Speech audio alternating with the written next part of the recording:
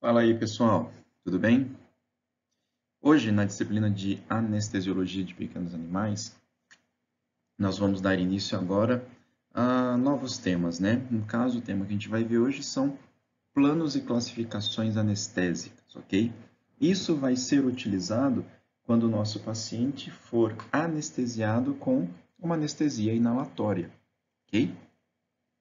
A medicação pré-anestésica, a gente viu medicação pré-anestésica, a gente viu anestesia local, né? E agora nós vamos ver esses planos anestésicos para depois dar continuidade à nossa anestesia inalatória, beleza? Então, lembrando, esses planos anestésicos só servem para a nossa anestesia inalatória. E qual a finalidade desse plano anestésico, né? Para classificar a anestesia, lembra que nós estamos falando de anestesia inalatória, ok? Ele só serve para nossa anestesia volátil ou anestesia inalatória. Qual que é a finalidade desses planos anestésicos? Para classificar o nosso paciente, a nossa anestesia no nosso paciente, com relação à sua profundidade. Ou seja, quanto de anestésico que eu tenho que dar, ou será que a quantidade de anestésico que eu estou dando para este meu paciente é o suficiente? Ok? Então, nós temos essa classificação, tá? Para mostrar para a gente se a anestesia está muito profunda, o que pode levar o nosso paciente a óbito, ou se a nossa anestesia ela é muito superficial, significa que o paciente está sentindo todo o procedimento cirúrgico, né? E causando dor nele, e isso logicamente dificultará durante a cirurgia para o nosso cirurgião. Então, esses planos anestésicos servem para classificar exatamente isso daqui, ó, com relação ao grau de profundidade. Por quê? A gente ainda vai ver na anestesia inalatória que é uma anestesia dinâmica, ou seja, eu vou controlar a quantidade de anestésico que o paciente precisa, conforme a necessidade. Então, eu tenho que raciocinar da seguinte maneira: a hora que eu estou incisando a pele, eu estou causando um certo tipo de dor para o paciente.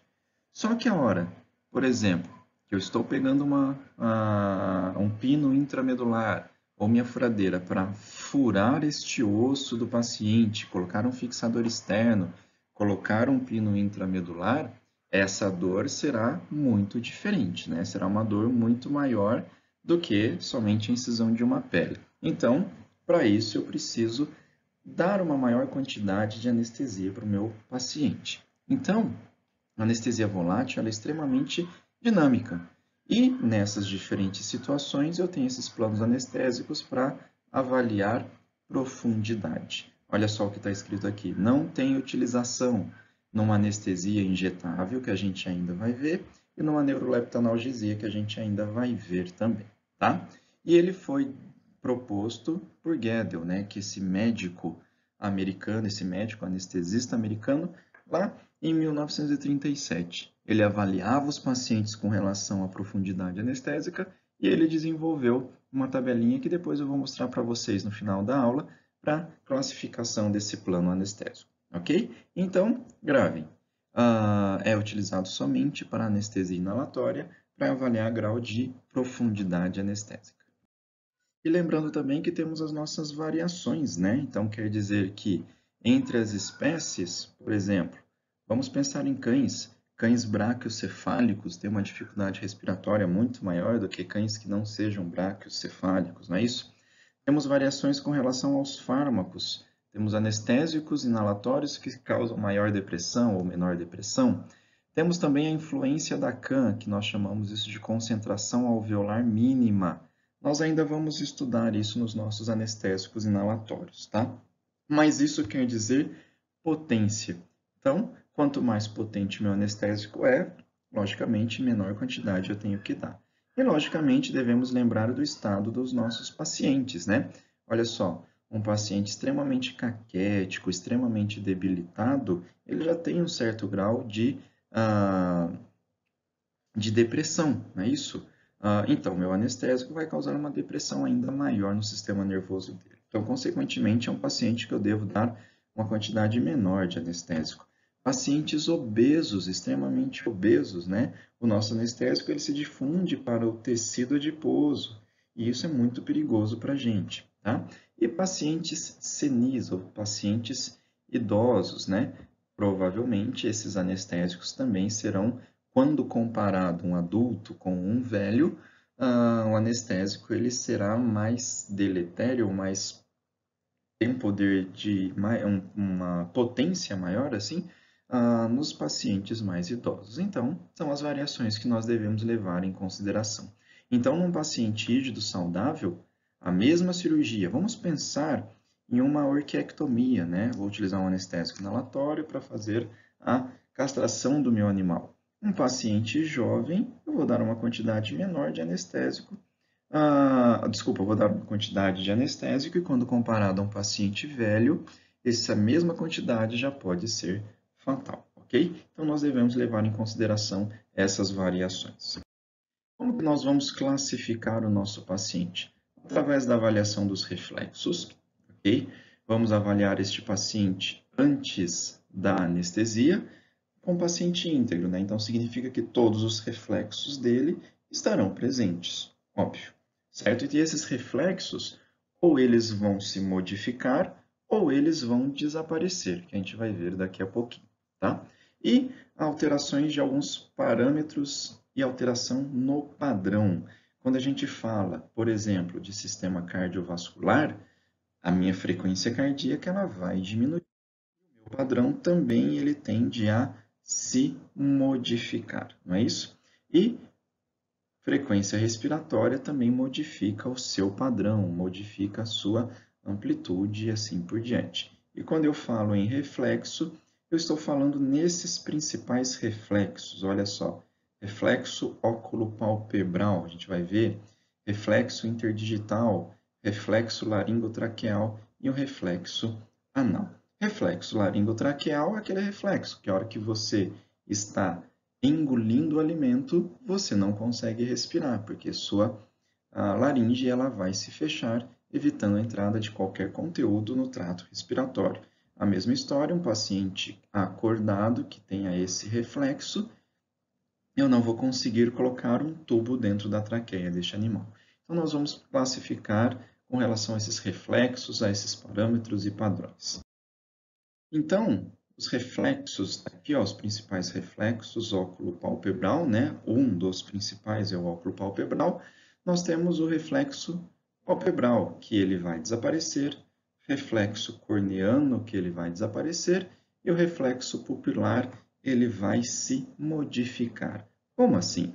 Reflexo palpebral significa, olha só, aqui minha comissura lateral e aqui minha comissura medial. Se eu pegar o dedo e der um toquinho nessa região, né, na minha comissura nasal ou comissura medial, o que o paciente normalmente, o que o animal vai fazer? Piscar, né? Fechar um olho. Fechar o olho é um reflexo protetor. A mesma história se eu pegar o meu dedo e encostar na córnea desse animal. Logicamente, no animal íntegro, no animal sem estar anestesiado, a hora que eu coloco, encosto esse dedo na córnea, o que ele vai fazer? Piscar, fechar o olho porque tem alguma coisa que está machucando. Então, isso é um reflexo protetor. Então, quer dizer que esses reflexos que a gente está falando, eles desaparecem no animal anestesiado. Exato. Olha nessa segunda imagem que a gente está vendo aqui, ó, fazendo esse reflexo palpebral. Com a ponta do meu indicador, eu vou bater o dedo lá na comissura medial. O que o animal tem que fazer? Piscar, não é isso? Olha só, a hora que eu encosto o dedo, uma gaze, qualquer coisa, o animal ele vai ter que piscar. E a mesma coisa se encostar esse dedo na córnea. Já num paciente anestesiado, esses reflexos eles vão desaparecer, ok? E o reflexo pupilar ele vai se modificar, que a gente vai ver daqui a pouquinho. Então, quando eu falo em reflexo pupilar, né, esse reflexo ele não desaparece. Qual reflexo pupilar? Midríase e miose. Então, esse reflexo nunca vai desaparecer. Ele sempre vai se modificar. Se a gente olhar essa imagem desse gatinho, notem que essa pupila está de um jeito e essa pupila está de outro. Logicamente, isso é uma patologia, tá, pessoal? É uma síndrome chamada de síndrome de Horner. Depois a gente vai estudar sobre isso. Mas o que eu quero que vocês entendam é, quando a pupila se dilata, isso nós chamamos de midríase, né? Quando a pupila está contraída, isso nós chamamos de miose, ok? Então, esse reflexo pupilar ele vai se modificar, ele não desaparece. Então, num paciente anestesiado, dependendo do plano, ela está dilatada ou ela está contraída, conforme a gente vai ver depois. O reflexo interdigital, o que é o reflexo interdigital? Chega no animalzinho de vocês, abre os dedinhos dele e lá tem aquela pelinha, né? Tem aquela membrana interdigital. Pega o seu dedo, unha com unha e aperta aquela pelinha. O que o animal vai fazer? Primeiro de tudo, tirar a pata, né? Isso nada mais é do que um reflexo. O paciente anestesiado, ele perde esse reflexo, logicamente. E quando eu falo no reflexo laringotraqueal, eu estou falando naquele reflexo de deglutição, que num paciente que está anestesiado, olha só, ele tem que perder esse reflexo para permitir a introdução dessa sonda, né, ou permitir a introdução desse tubo endotraqueal, porque é a partir deste tubo que vai ser administrado o anestésico inalatório. A gente ainda vai ter a aula sobre anestesia inalatória, tá, pessoal? Mas só para a gente começar a identificar isso daí. E aqui, quando a gente fala em parâmetros, né, no caso, parâmetro ou padrão voltado para o sistema cardiovascular e o sistema respiratório, né? Parâmetro cardíaco, ele vai se modificar com relação à frequência. A gente tem que entender da seguinte maneira: quanto maior o grau de depressão do sistema nervoso do meu paciente pelo anestésico inalatório, menor a frequência cardíaca, né? Quanto maior o grau de aprofundamento anestésico, menor a minha frequência cardíaca. Quanto mais superficial meu animal estiver ficando na anestesia, mais rápido ou maior a frequência cardíaca, né? Isso que vocês têm que ter em mente. E quando a gente fala do padrão respiratório, temos que entender na qualidade, na quantidade da frequência respiratória, está diretamente ligado à sequência dos planos anestésicos, não é isso? Também devemos lembrar que conforme nossa anestesia vai se aprofundando, assim como a frequência cardíaca, a nossa frequência respiratória também ela vai diminuindo. E quando eu falo em padrão respiratório, né, temos que lembrar qual que é a fisiologia, qual que é o normal da respiração. O padrão respiratório normal é uma respiração tóraco-abdominal, né? O animal respira com o tórax e respira com o abdômen. Conforme essa anestesia ela vai se aprofundando, esse padrão ele vai se modificando. Se torna uma respiração mais abdominal do que torácica, né? Uma abdominocostal. Depois passa para uma respiração abdominal superficial e uma respiração agônica, né? Que no caso é uma respiração diafragmática. Então notem que esse padrão respiratório ele se modifica durante a anestesia. Então ele vai se modificar também na sua avaliação desses planos anestésicos. E aqui nós chegamos nos nossos estágios anestésicos, né? Nós chegamos nesse esquema desse médico americano, médico anestesista, que é o Guedel, né? Então, ele dividiu esses planos anestésicos em 4 estágios.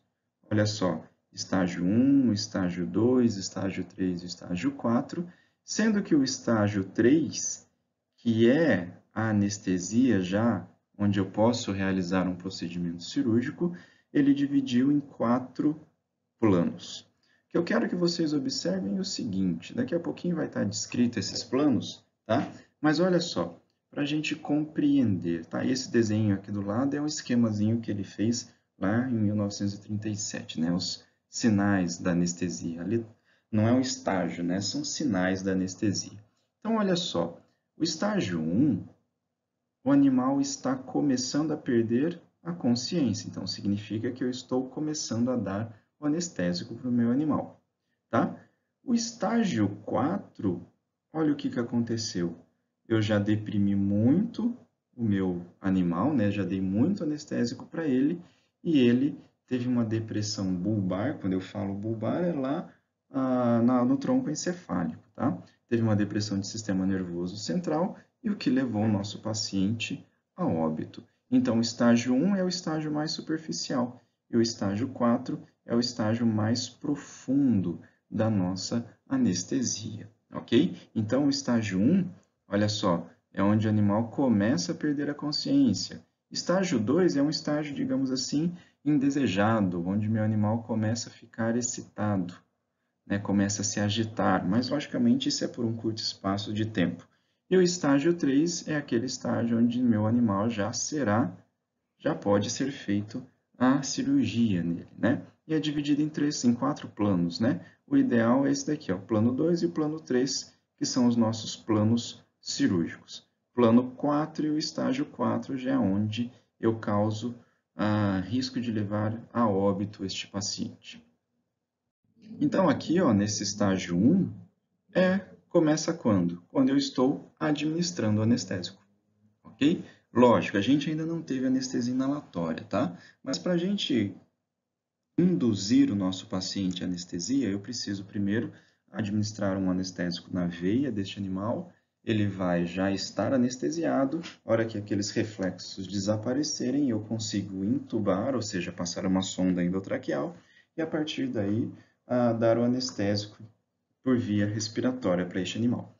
Bom, mas o estágio 1 é quando ele já começa a perder a consciência. Ó. É o início da analgesia, tá? Só que se eu provocar algum estímulo doloroso, meu animal vai reagir. Então, ele está começando a perder a consciência. Se eu pegar lá aquele reflexo interdigital e apertar, ele vai apresentar, ok?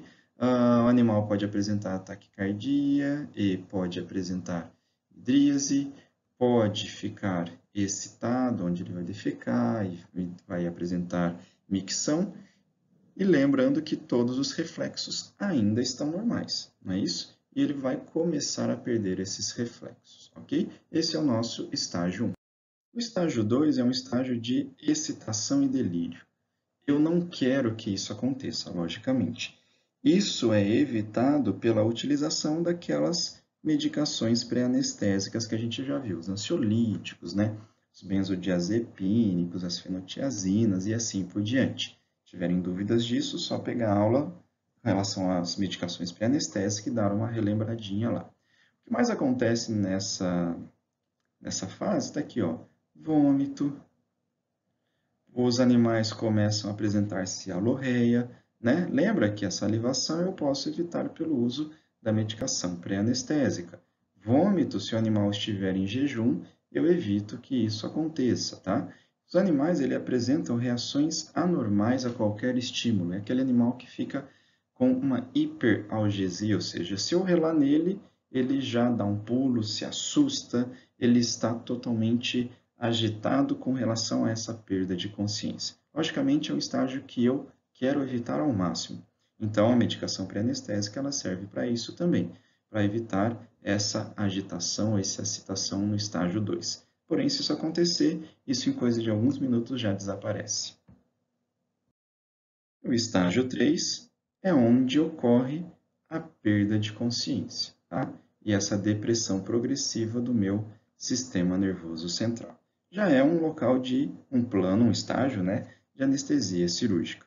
Onde o primeiro plano, o que está acontecendo? Olha só, meu paciente apresenta miose, só que essa miose ela é responsiva. Então, quer dizer que se eu colocar uma fonte luminosa no olho do animal, essa pupila ela vai se contrair. Então, miose, só que uma miose responsiva, tá? Os animais eles possuem a terceira pálpebra, né? Então, essa terceira pálpebra ela fica tampando o globo ocular nesse plano anestésico, ok? E, consequentemente, o tônus muscular ele começa a se diminuir.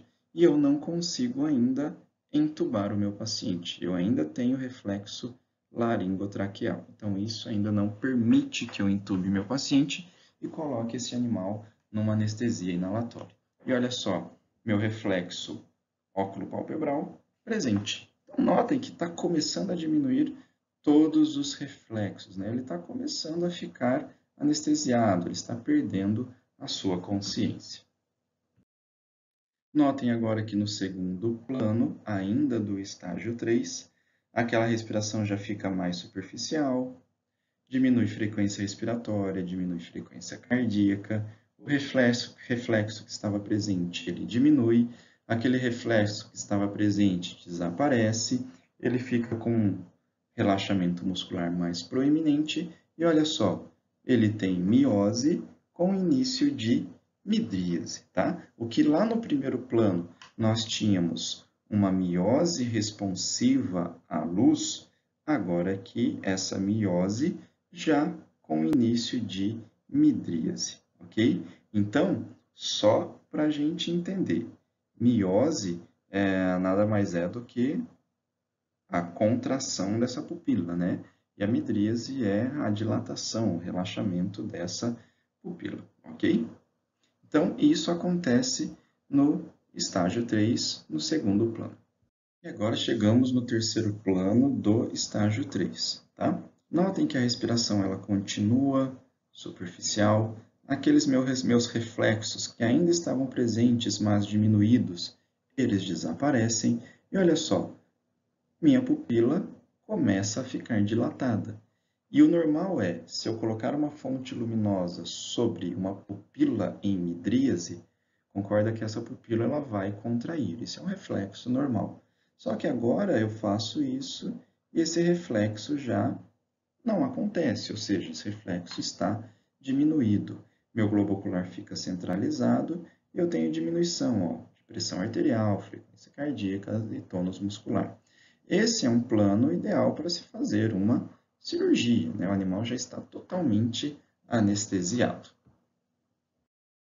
O quarto plano do estágio 3, olha só, aquela pupila que estava dilatada, mas ainda apresentava resposta frente a uma luz, uma fonte luminosa, agora essa pupila está totalmente dilatada e não tenho mais resposta, ou seja, eu posso colocar uma lanterna, a lanterna do meu celular, uma luzinha em cima sobre essa pupila que ela não se contrai. O que significa? Que meu animal está muito profundo já na anestesia. Provavelmente, se eu não intervir de uma maneira rápida, ele vai vir a óbito, tá? Olha só, já tenho paralisia de musculatura intercostal e musculatura abdominal, que está relacionada à respiração.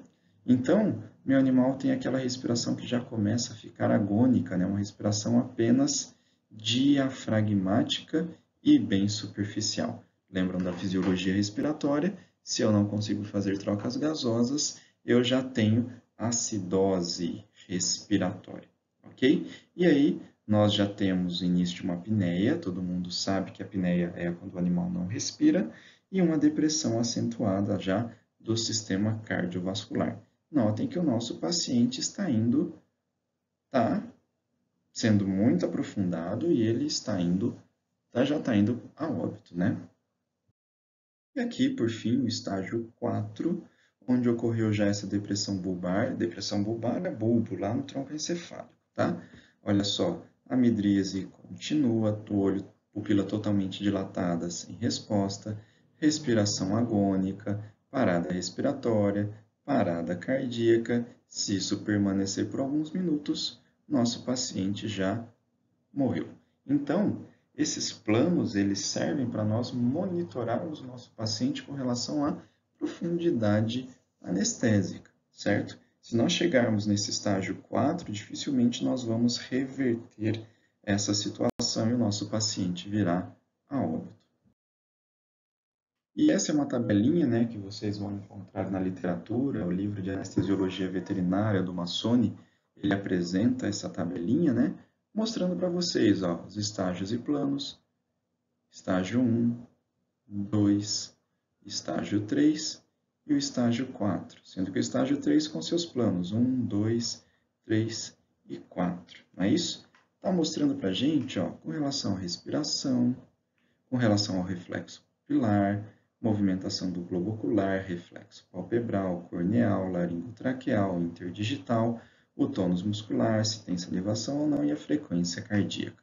Notem que, conforme... Vamos pegar aqui o batimento cardíaco, né? Olha só, vamos começar a falar por ele aqui.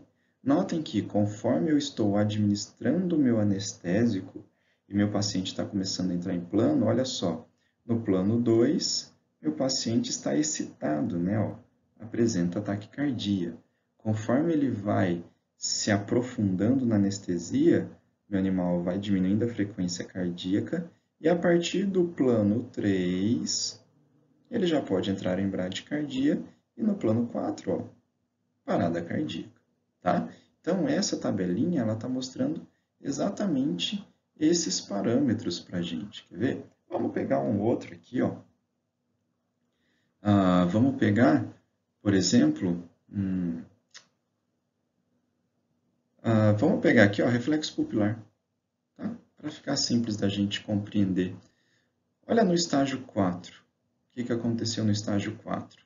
Midríase. Midríase irresponsiva, né? No caso, estágio 2 também apresenta midríase, só que essa midríase ela é responsiva, não é isso? Então, isso se modifica, tá? Só para a gente entender. Essa letra A é um cão, essa letra B é um gato, e isso daqui, a letra C, é um equino, tá? Então, só os formatos das pupilas desses animais. Então, é isso que vocês têm que compreender. Conforme dando o meu paciente, ele vai perdendo reflexo, vai modificando frequência cardíaca, frequência respiratória. E são esses sinais que vocês têm que avaliar durante a anestesia, para evitar que o paciente fique muito aprofundado e possa vir a óbito. Ok? Então, é isso, pessoal. A nossa aula de hoje é com relação a esses planos anestésicos. Ouçam com atenção essa aula, estudem certinho, façam suas anotações e venham tirar as suas dúvidas comigo. Grande abraço.